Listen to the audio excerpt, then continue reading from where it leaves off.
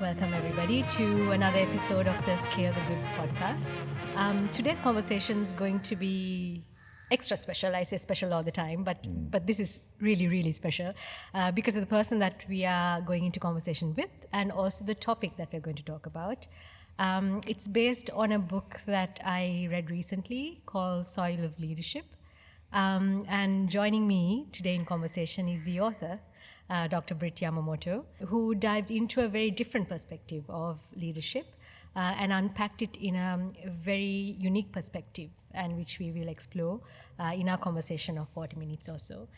First, I'll give a very brief introduction to Dr. Britt Yamamoto. He's a social entrepreneur, an educator with over 20 years of experience fostering inclusive learning environments as a clinical associate professor at the University of Washington's Department of Global Health, and he founded Perennial, Rootspring, and Soil, empowering leaders worldwide. Welcome, Britt. Thank you for having me. Pleasure to have you here. So I think I set the context to the conversation a little bit today, which is based on your book. But I'd like to spend a minute longer to say why it's so important to us as Good Life X and to me as a person to be talking about this right now. There's a specific way in which we look at the work that we're doing. And there's a specific way in which we like to work.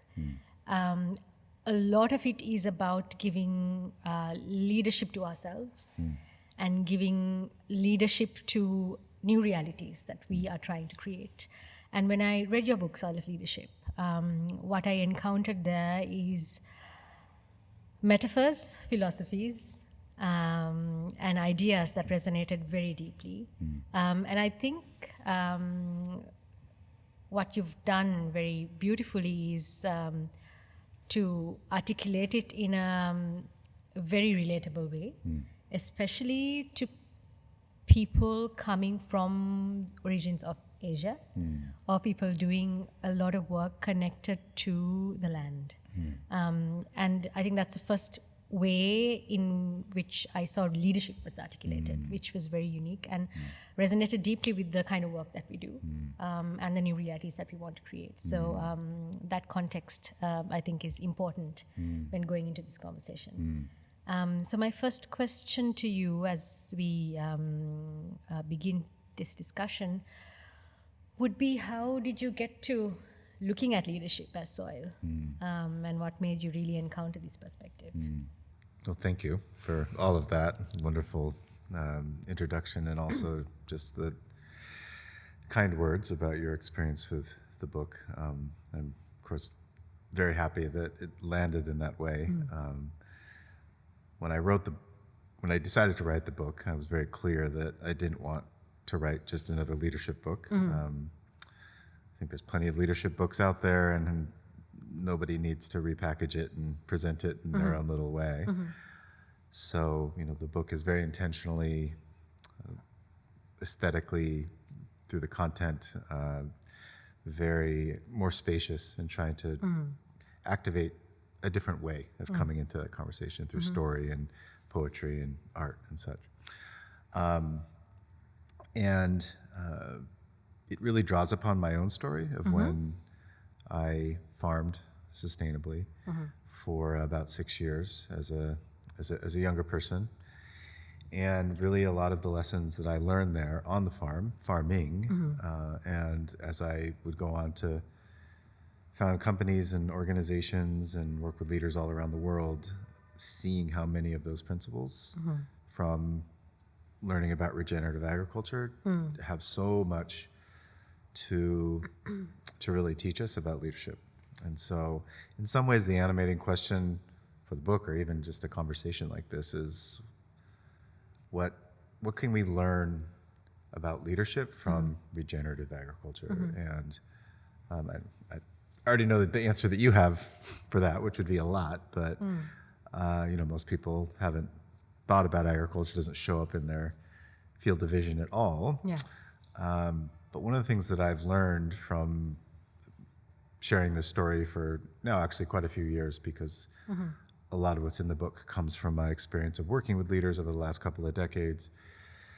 And then now that the book is out, I'm going and traveling the world and talking to folks and giving talks and such, is the way in which some of these stories around agriculture resonate so deeply. But the thing that is particularly striking to me is how they resonate so quickly. And I've long carried this, very unsubstantiated theory that, because we are so proximate to the land, which is to say none of us are more than 3 generations removed from actually an intimate connection to live earth, that there is something very deeply connected on an energetic level to be able to kind of connect to some of these stories. So even if you grew up in a city, there are sort of these echoes of familiarity that arise from maybe some of these stories. So it's really coming from my own experience, but in many ways recently, since the book has come out, just reinforced through the way that people are responding to some of these stories. Thank you for that opening. And I think you mentioned something very interesting about regenerative leadership and how do you look at leadership through the lens of regenerative agriculture or regeneration overall. We do a lot of work in the space of regeneration, be it in agriculture, be it in circular solutions, looking at plastics, or be it in hospitality. And I think something very interesting that I came across maybe early last year, is an expert in the field of green economy who asked me, I understand regeneration in an agriculture perspective. I see how the cycles of nature works and how that is a concept and how that is framed. But how is this applicable to hospitality? Right? So I think the world's understanding of regeneration as a concept is stuck in a natural cycle of, okay, there's rain, there's water that's coming down, and then the plants regenerate and we get food, and then that's a cycle. But when you talk about taking this out and applying it to leadership, that's a new paradigm altogether. And I think there's a lot in it to unpack, but also there's a lot of deep connections to Asian philosophies of how we look at interconnections, how we look at grounding ourselves, and how we relate to each other, and how we grow. Can you speak a little bit about that in connection to the book? Yeah. So many of the stories that come or that are in the book are emanating from my time actually farming in Japan and farming on this traditional Japanese farm, land that had been tilled for centuries, and just a super deep topsoil, like meters and meters deep, and the experience of actually being there and experiencing like real deep living soil smells, feels, sounds like, and of course what it produces. But so just even literally in the Asian earth, so to speak, do these stories come from. But whether it is thinking about, so one of the sort of foundational premises in the book is this idea of soil building as a way of kind of what it means to build healthy soil, and sort of built on these ideas of time, space, and relationships. And within each one of those, particularly in the time and space element of it, this idea of spaciousness and really tending to the spaces in between, whether those are the pauses or the quiets or the rest between notes, so to speak. And just the cadence, which this hopefully doesn't sound like overly essentialized, but there's a certain, shall we say, Asian cadence. Or at least maybe we'll talk about it in contrast to more of a, say, North American cadence, which tends to sort of like pack things in.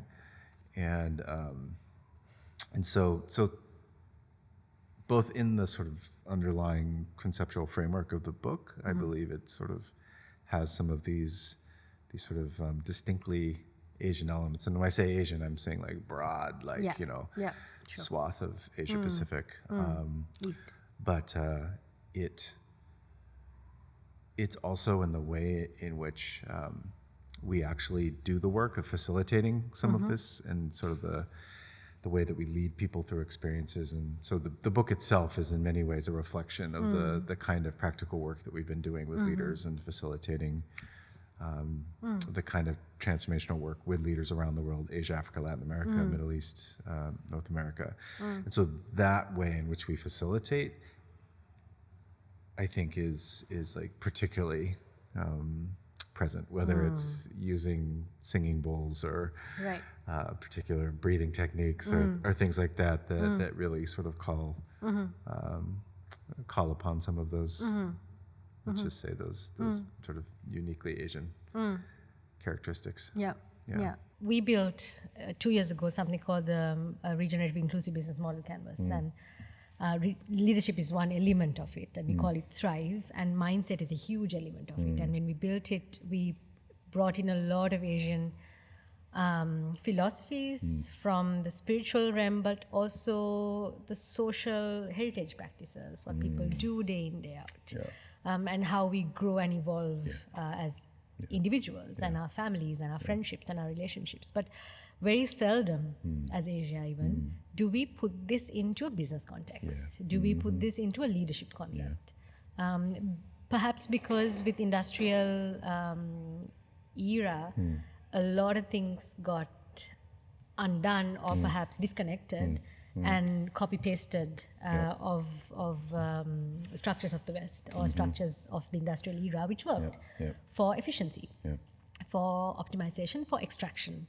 So what we're talking about is the opposite of that spectrum, extraction versus regeneration, and how can a leader facilitate That's right. that in that realm and that regenerative way. That's right. And I think in your book and in your philosophy, even in the work that you do in Perennial and all the other work that you do around the world, you nudge people towards leading with wisdom as opposed to leading from authority. That's right.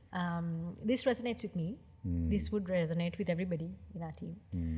But I've also come across very many instances with individuals, with organizations, and with industries where authority or the old world's carrot and stick method of leading is what's expected as leadership, and unfortunately even the only node and the form that people respond to as leadership, versus if you lead with wisdom and humility and all that we talk about of introspective, reflective leadership, where there is time, there is space, and there's relationships that take root. I've heard things like even notions to say there's lack of leadership here. Where is the leadership here? So people don't recognize this as a form and undercurrent that helps anybody grow. How do you see that? How do you deal with that? I think that that's been something that, I mean, we could have a whole sort of, conversation about This is it. different forms of capitalism and such, and Sure. and the ways in which, Asian manifestations of that are different than Western ones or whatever. I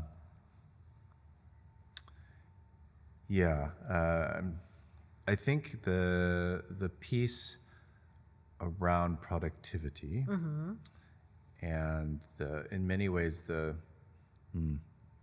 what in my work, in our work, we talk about some of the myth of productivity and the internalized sense of what it means to be productive. Right.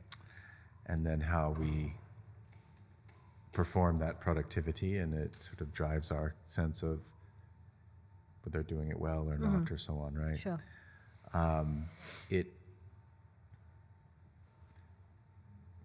I think to start off, I don't think I really have, I've thought about this a lot, and I don't think I have a really clear sense of, is it culture? Is it political economy?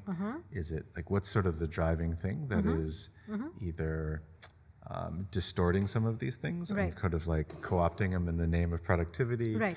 What is it, like if, we can all kind of squint and look and say that's uniquely fill in the blank kind of cultural form of said thing, right? So I guess what I'm saying is I don't have a clean answer for that, but it's in many ways some of why I think some of the stories and the practices around regenerative agriculture actually are helpful. Because if you look at the way that regenerative farming has been practiced all over the world, it shows up in different manifestations, and there's unique things, and by and large, it is still a productive act. Right? It's being done to produce something for consumption, so that life can sustain, or human life can sustain itself, right? And yet, there are these different ways of relationship to the land, right? And so, anyway, I'll pause there because I want to go deeper with your pause. I think also in your book you talk about focusing on the soil versus focusing on the plants. So when we look at leading with authority and kind of control, all we are focusing on is the fruits the plants will bear, as opposed to nurturing the ground it holds, or digging where you stand. That's right. That's right. Well, and make no mistake, there are these dominant forms of expression of leadership exists for a reason, right? There's any number of ways in which that expression of authority and influence is acknowledged in a way that aligns with the intended outcome, get people to do stuff, whatever it might be. In the same way, if you look at large-scale conventional commercial agriculture, that form of production has a particular yield and all that. I think where I have found myself situated is, and maybe just within workplaces, and this is maybe a function of kind of just being around it for a few decades now, just speaking for myself, where the sense of collective, a desire for something different. Whether it is people who are ascending into forms of leadership, saying, I don't want to be a command and report, coercive, dominant leader, or people who are, of course, working with folks like that who are, exploiting their authority and influence. It's just not working. And so I think,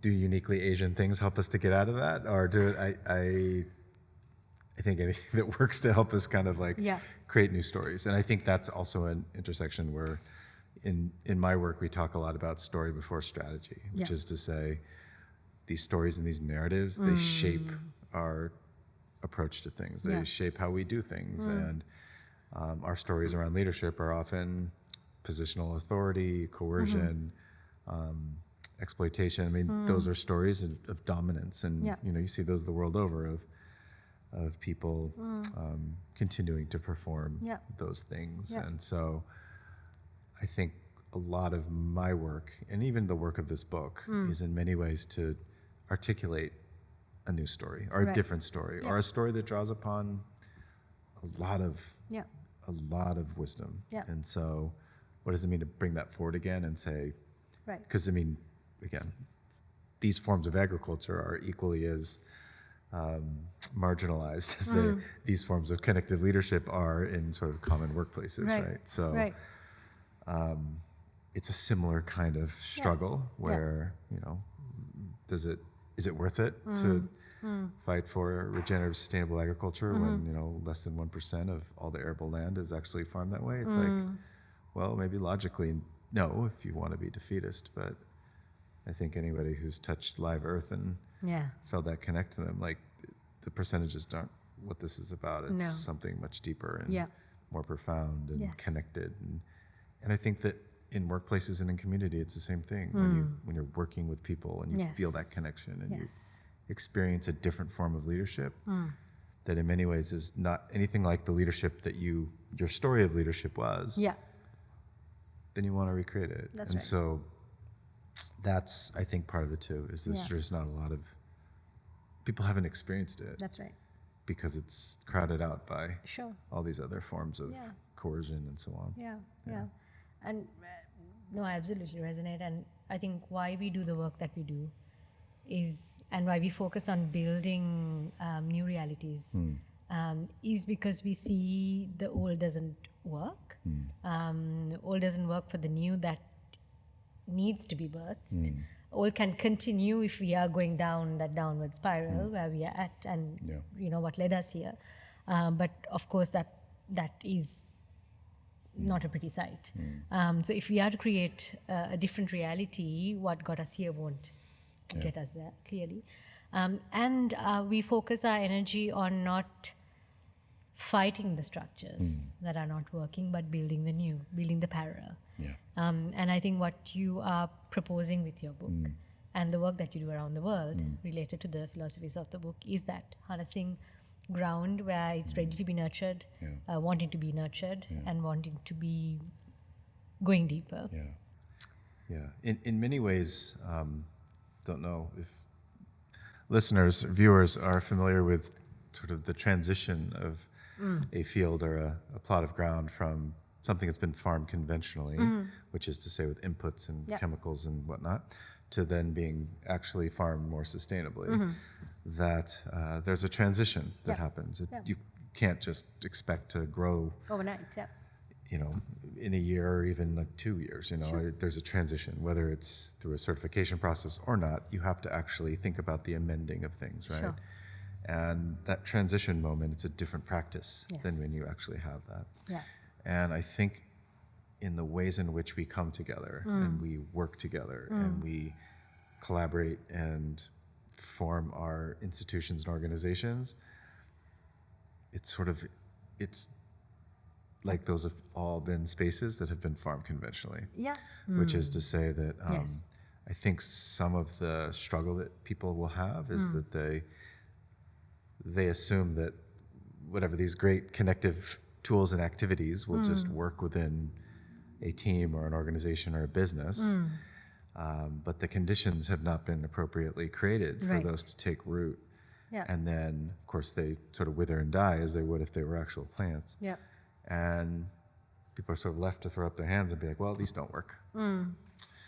And I think it's less about the tool or the technique being a failure and more just not paying attention to the actual cultivation of the conditions toward being able to make that possible. And so if we take the metaphor and we think about this moment that we're in, the transformation, the change, and sort of the desire to move things, in many ways we are very much in this transition moment where we have to sort of think about what it means to bring things along. And that's a different skill set than actually just like already having that 100%. land, right? And also it's about shape-shifting of walking between these two worlds of the old and the new while when you're in that transition period. And any organization, person or group, community, whether they're in the leadership space or transformation space or not, they're conduits to this transition that is happening. And everybody has a role and a place to play. That's right. And being present to it and bearing witness to those many different things, I think, is what brings us joy every day being in this work. That's right.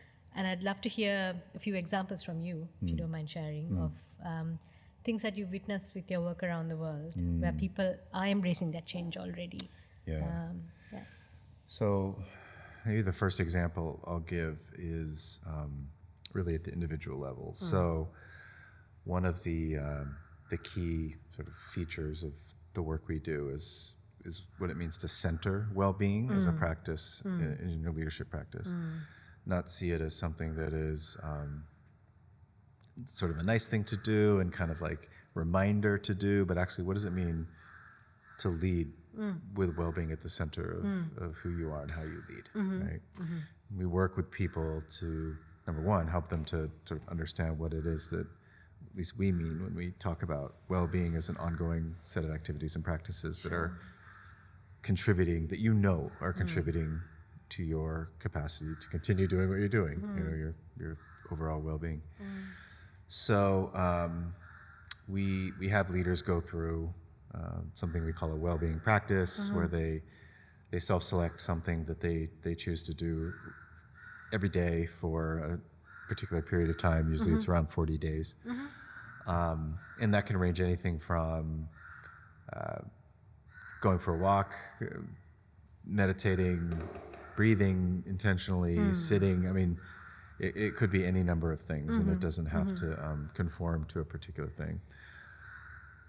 But seeing how people, when they, and this sort of gets to the Asian qualities of things, right? With the discipline of it, the practice of it, and that in many ways that falling in love with that discipline and the practice as being the pathway to something. But it's through the discipline, it's through the ongoing practice of it that you get there. And so this piece around well-being and the well-being practice has been, in many ways, one of the more powerful things that people who join our programs take away. And just even leading a online training, 4-session training with several leaders from East Africa right now, and we just had our 3rd session last week. And the 2nd session was sort of talking about the well-being practice, and it had been 2 weeks in the interim, and they'd already started it. And so we opened and just sort of, anybody want to share? And there's like 80 people in this training. And I just kind of open it up to the group. Does anybody like to just say how it's going? And somebody said that basically for the last 5 years, this is a woman leading a human rights organization and working really difficult conditions. And I think she's based in Tanzania. And she said, for the last 5 years, I've been having these debilitating headaches. I can't sleep. I can't, it's gotten to the point where I'm not eating properly. I'm suffering from all these health things. But the last 2 weeks, I'm sleeping. I don't have headaches anymore. And I'm just doing this thing 15 minutes a day. And I've, through these conversations, through understanding where it means to center well-being, I brought this, and now I'm able to show up for my staff differently. I'm able to think about the work differently, and like all of those practices, all of those things that someone like her is doing to serve her community or her shoes. Like, if she's not able to do that because her health breaks down, right? So something like that, has been, and in the last couple of years, as we've gotten even clearer with our sense of this well-being practice and what it means, and just centering it, and really like, in many ways, pushing various participants to do something like this, because it's the same thing. It's like we all want to feel better, and when given a pathway to actually do that, like that only like typically like less than half of the people actually do it. Right? That's right. Even that is very revealing. So the well-being piece has been just a really important thing. The other thing, I think, at like let's just say even at the organizational level. So one of the things with a metaphor is that it allows you to talk about something by using a separate thing to talk about it. Right. And it also gives you a language to talk about other things. So effectively, because the language, or because the metaphor is very accessible, many of the leaders we work with are introducing that to their teams and their organizations, even just as a way of thinking about what is it we're trying to do here, and why are we growing plants, or are we feeding soil? Or if we are doing plant-based work, how can we make sure we're also paying attention to the very soil in which it's in?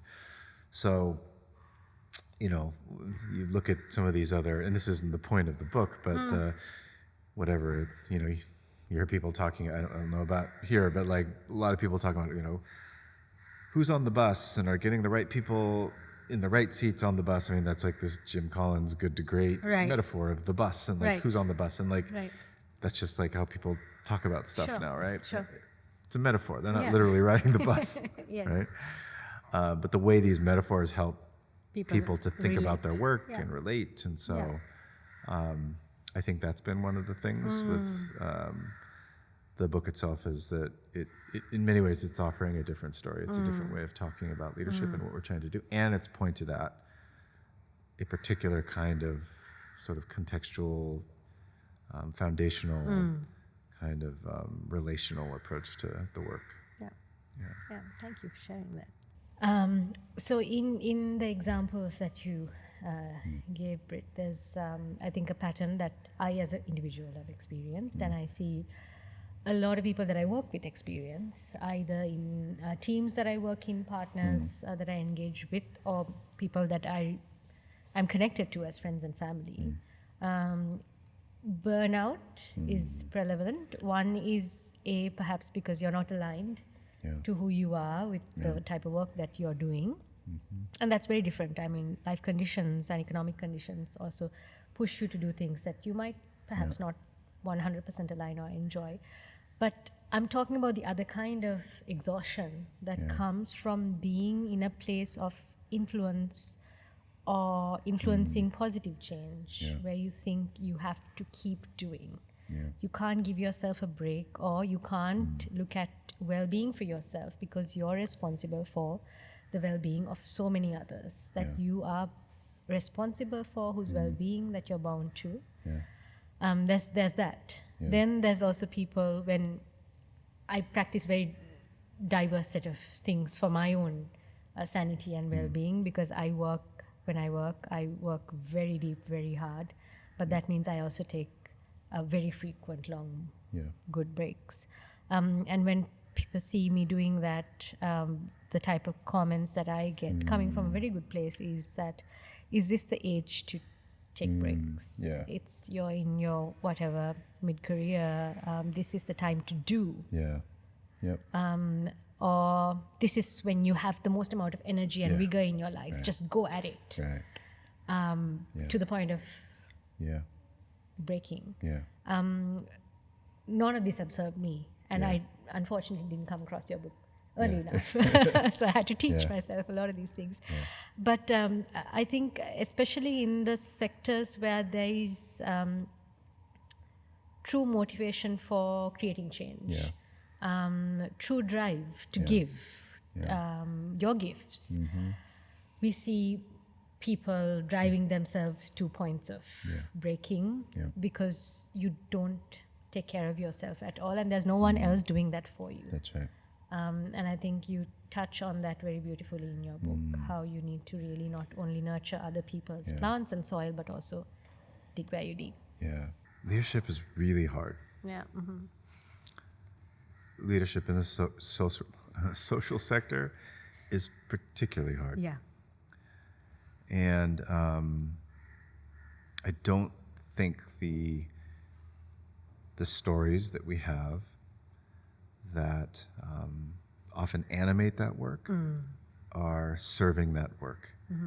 And they are, well, I might even say they're highly problematic. So as an example, one story, a very dominant story around the world, is that you should give to your cause, which is that you should almost martyr yourself for whatever cause you're working on. And therefore, it's sort of part of the deal to suffer and almost burn out, or in some ways it's almost like a badge of honor, or an indication that if you don't feel that way, you're actually not doing enough. Not working hard enough, That's a story. It's a story that's borne out through all kinds of behavior, and it's reinforced through the way, from small micro comments like, well, you're tired, but look at how much important work you're doing, or whatever. So there's all kinds of reasons why these stories persist. But maybe it's, again, because I've been sort of working with folks all over the world for a long time now, that I feel I feel completely comfortable in saying, like, that story is bankrupt and it needs to go away. And I feel like if that is a story that is resonating with you or anyone that's listening, that it's something to really turn toward, because I also believe, and I know that people like yourself and those that are actually choosing to work toward some kind of social transformation, you're in many ways irreplaceable. And the work you do touches hundreds of thousands, if not millions of lives. And so if you burn out, you can't continue doing this work. That's a significant loss. And we don't go pick another roundel from the tree and like plop it in, right? Although, it's the best metaphor given the wonderful leadership transition to Alex. But but in the context, that was very thoughtfully planned, right? Right, In many right, ways, of course. that demonstrates Yep. how you do things versus Right. someone burning out and be like, oh, we've got Sure. no plan B. Right. We Oh, yeah. we just So and it's burned in the out. line. That's right. Yeah. And unfortunately, you see that all over the place, and it's a story that just it needs to go away. Yeah. It needs to stop being celebrated. The and this kind of goes into the entrepreneur world of just the grind and the suffering and Right. like the kind of badge of honor of pulling all these. Sometimes you got to work hard, and there's nothing wrong with if you Sure, have to of like do course. that. But the way in which it gets lifted up as a thing, Right. and the way in which rest and all of that comes as like a snapback to all of that as a not as a built-in feature. It Right. becomes something that you sort of sidelines you, right? Right. These are all stories. These shape Sure. how we think about what we do and why Yeah. we do it, and and I'm just as guilty of it as anything. Like I had that incident. It's been about 10 years now, where I basically like lost sight in one of my eyes. Oh, whoa. I just kind of woke up one morning, and I would be like, if I was looking at you, like you're sort of blurry in one, and I realized that actually in my left eye, I couldn't anything that I would focus on. It was just completely blurry, Wow. and so I had developed this thing called this macular pucker, and like I went into my optometrist and did all this stuff, but Right. then first question was, so are you under a lot of stress? And at that time, Right. of course, I was building one of my organizations and like Right. all the stuff that goes into the building and funding and the blah, Sure. blah. Sure. And I was like, yeah, a little bit. And if that was a particularly stressful time, Yeah. and there's a saying that the body never lies. And in that case, the body just went, whoop. Yep. And all of the kind of metaphor of like, I lost sight in one of my eyes, I couldn't Yeah. see. And that I actually just had to, in many ways, slow it down. And it eventually went away, fortunately, over like 6 months. But not worth losing my vision over. And that's also not to say that there isn't work that is sort of naturally, inherently non-spacious, shall Right. we say. Right. But for much of the work that we do, we need to be really tending to those spaces in between and thinking about like what it means to sustain ourselves, because I mean, just like yourself, where you're going to create these things and you're going to create other things, and the rest of your life you're going to be creating important work that's going to be touching people in different forms. And so what does it mean to make sure that you can continue doing that? Yeah. And that's where we have always centered our work, because in many ways, like, that's the existential crisis. Yeah. It's people, Yeah. and can we sustain the people to address all of the other existential Absolutely. crises? So Yeah.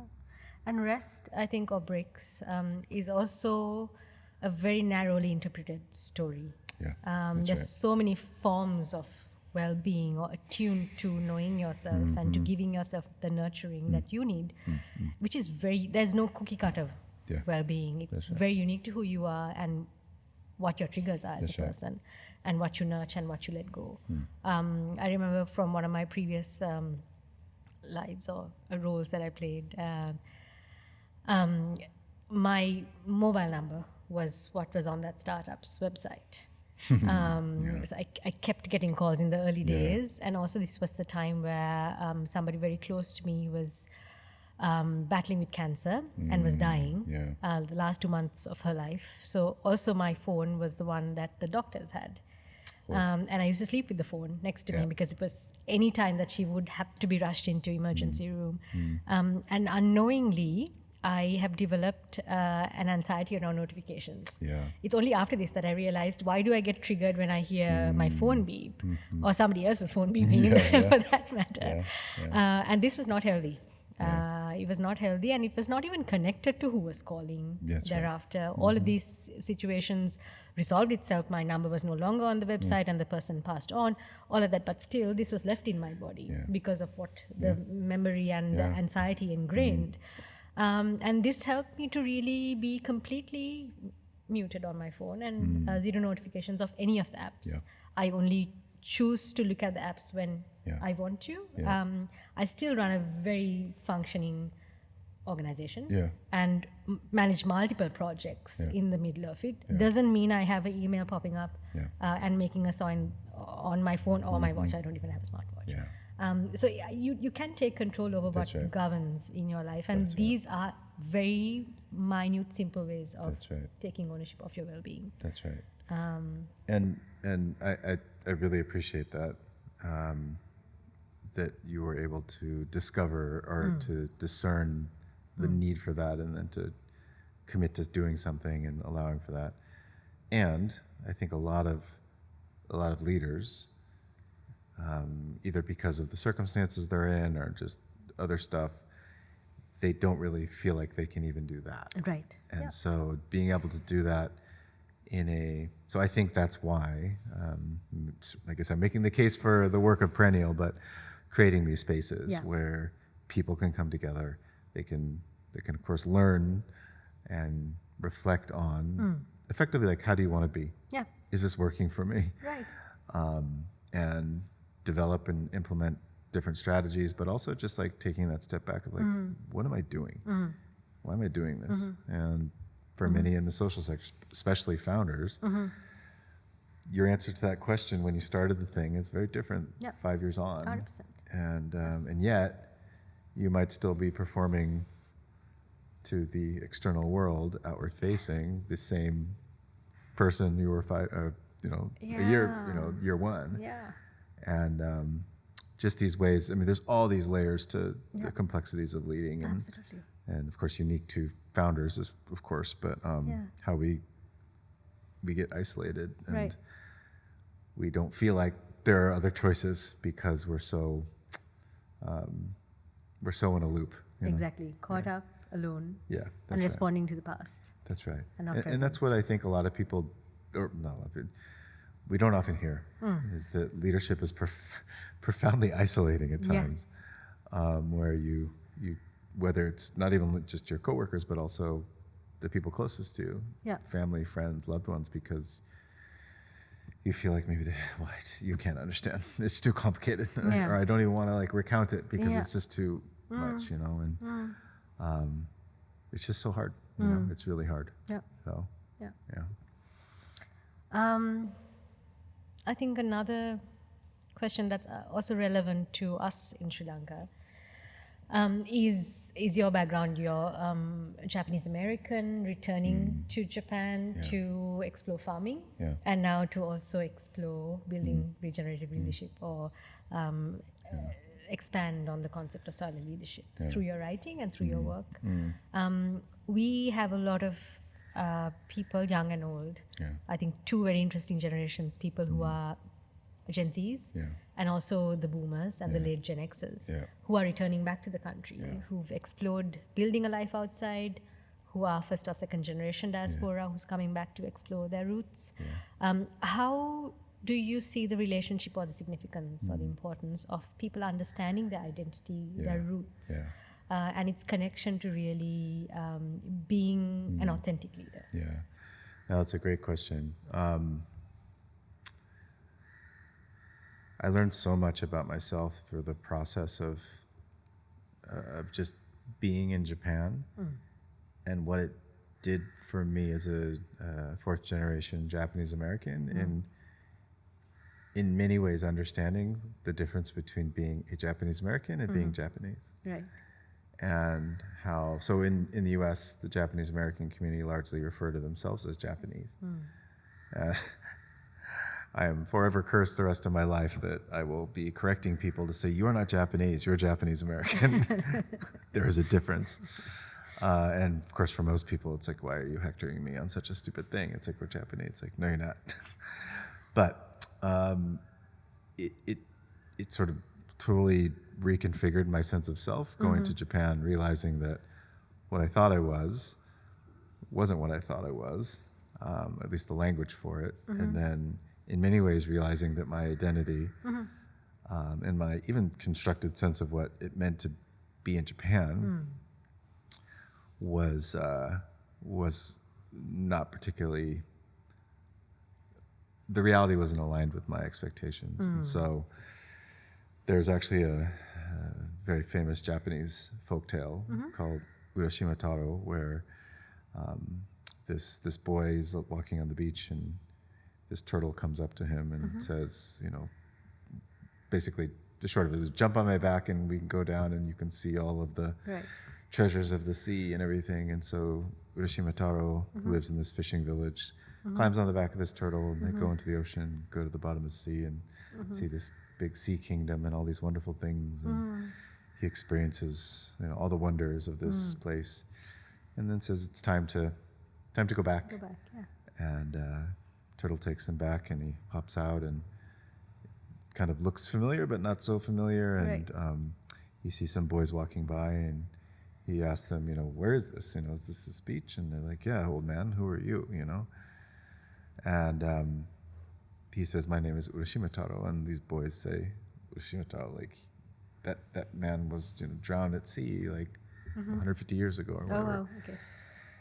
And this was often used to talk about the immigrant experience for when the Japanese who had left, and their sense of when they had left and when they were going back to Japan, and that it was the same, or that people would greet them in the same way, or that they could go about their sense of life in the same way, and yet the world around them had changed.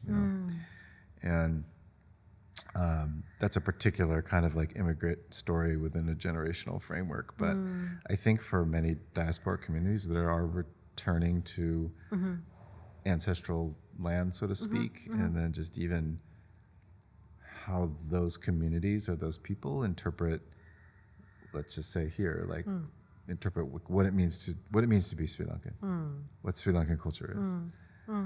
And that sense of like, what are we preserving? What are we advancing? What are we recreating? What are we co-creating? And it's actually that recreation of culture as I believe that culture is an ongoing practice. Absolutely. And so I think some of the ways that we think about leadership, when we talk about leadership, and social construction is a really big part of our methodology too, and just the ways in which we construct realities and truths, and how we reinforce those through behaviors, actions, and such. And I think as these diasporic communities sort of resettle, so to speak, right, and what it means to come back. And I think also, and this is the case for Japan, because I look at Japan as being,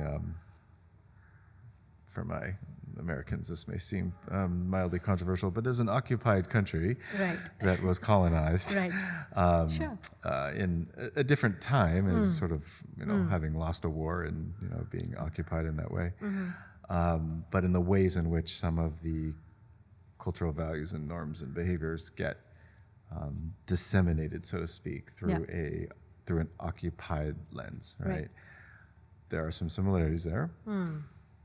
In the way in which that happens, but the going sort of back to Japan, and I'll just use Japan as an example. I don't know if there's going to be any Japanese Americans watching or listening to this, but my apologies. I think many Japanese Americans are unaware of, when they go to Japan, of the ways in which they are taking their own ethnocentric biases into the Japanese context.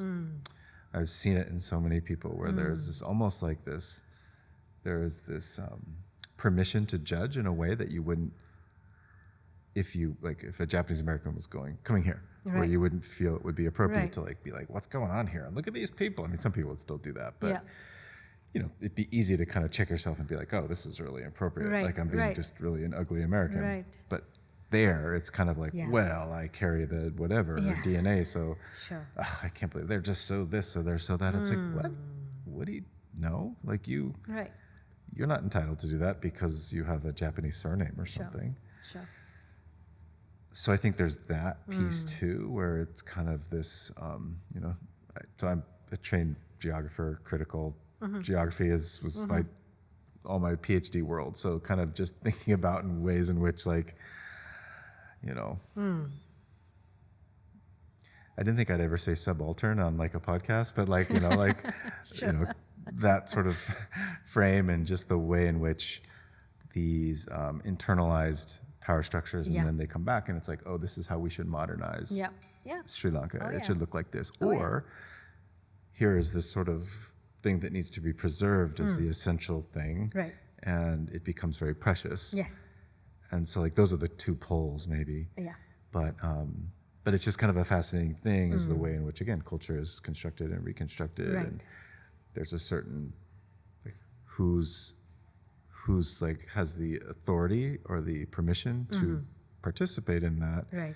And so like in a, like whatever, you have Japanese American roots, so going back to Japan, like maybe you have a little bit more authority or permission to speak on or to claim what things should look like there. And I have no idea the way it is in Sri Lanka, but to that extent where it's kind of like, hey, like this is backward, or this you guys don't know this is so valuable and it doesn't need to, right? And without the awareness of that's what you're coming in with, it's just another sort of particular form of problem. Yeah. I'm many parallels here of how things happen. There's a lot of well-intending people who comes in with or without biases, and I think it's how we co-create these spaces and how open are we to unlearn and learn. And to recreate it is what matters. It's not as easy and beautiful as or poetic as it sounds. It's a lot of messy work. That's right. But you've got to be ready to do it. It's an interesting time that we live in because we see much of this happening. And also being a colonized economy and a state ourselves for very many years, there's always that outward validation seeking bias in us, which are hangovers that we are left with. So whenever there's a white person in the room, that's the person that you listen to, that you take orders from, or who knows best. So knowledge, therefore, coming from the West is superior than the knowledge that you have within yourself, than your own root. That's right. So there's a lot of this that we have to work through intentionally. But my closing question, because we've also, I think, hit time, is you've spent a little over a week here, and this is your second time here in Sri Lanka, and you've been traveling South Asia quite extensively over the past 2 years. Any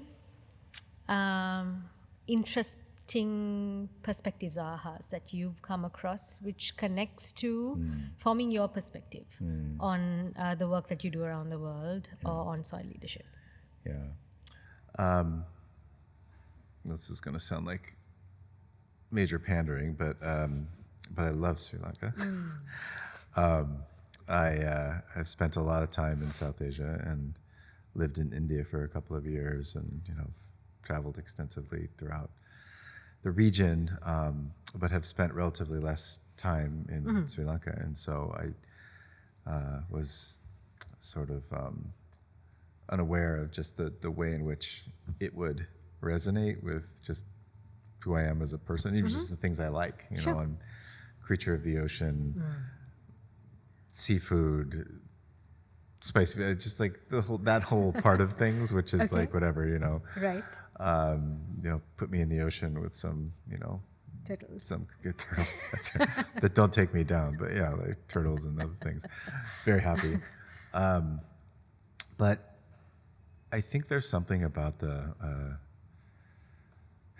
this is going to sound very simple, but there's a spirit and an energy that I feel here that I felt from the very first time that I ever came here. That is not only unique, I think, to South Asia, but I think is something that's actually pretty unique to what I've felt anywhere. Of course, the sense of entrepreneurship and just kind of creating things is very present. It's not a like a hyper institutional place in my experience, and so there's just a lot of energy about creating things and like, let's try this, let's do this, and I think with that comes a lot of hope and optimism, because I don't think you can be of that spirit without just fundamentally having that hope, you know. So I think on this trip, as I sort of prepare to leave later today, sadly, it's just really reinforced the exemplary nature of what's going on here, and I just pulled back from saying like telling the story to the world because it just sounds so canned. Because I don't know that that's necessary, you know, like that's almost like an old trope, but like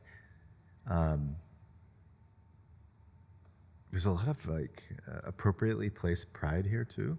I mean, just like pride in sort of what's happening here. Yeah. And I know that there's a lot of other stuff too, so I'm not trying to romanticize what's happening here. Sure. But again, like I don't experience that everywhere. And I can't say I've been everywhere, but I've been to a lot of places. I've been to a lot of places even just recently. And there's an energy here, and I love it. It's in many ways, it's like infectious to just sort of be here and be with people and be here with you and like just the things that you've created and seeing all of the creativity and thought and intent put into it. It's very inspirational. So I don't know if that's an aha, but maybe more of an affirmation because I kind of knew that through my first sort of experiences here, but it's just it's just very very moving. Yeah. Thank you for saying that. Wasn't looking for compliments, but thank you regardless. I think what makes it, in closing, what makes it special to have you here and to have this conversation with you is because it enables or gives us the opportunity, space and time to deepen the relationships that we have to the values that we own, which are inherent to us, which we don't pay enough attention to, that we don't pay enough time in nurturing. So I really value you coming in, or other people like you coming in to just remind us and to reignite that spark that we have in us. Because look, if we look around us, life isn't easy. And one after the other, every year there's something or the other that pops up that gets the water above our nose, and we have to constantly swim upstream. But in that process of putting fire out of our own house, how do we go deeper into these inherent concepts and that's ingrained in our DNA, which is our natural way. And most of the work that you do here in Asia is to reframe, reclaim, and kind of reimagine what futures we could create if we go back to our roots and look a little bit deeper to who we truly are. So I truly appreciate you coming over and for deepening these narratives and conversations with us. So thank you, Britt. Oh, it's my pleasure. And maybe I did want to say one more thing related to your last question. So I'm very much of the mind that because I sort of move in and around innovation spaces quite a bit, and innovation being often associated with whether it's building business or sort of technology or just things in that way. And I really believe, and it's very self-serving in some ways, I suppose, but the true innovation is within the ways that we come together and paying attention to that. And so like, it's almost like if you think about it as like a, Mobius strip infinity where you have over here, you have the whole innovation of business and all that. But I think we underestimate the innovation of self and the innovation of relationship. And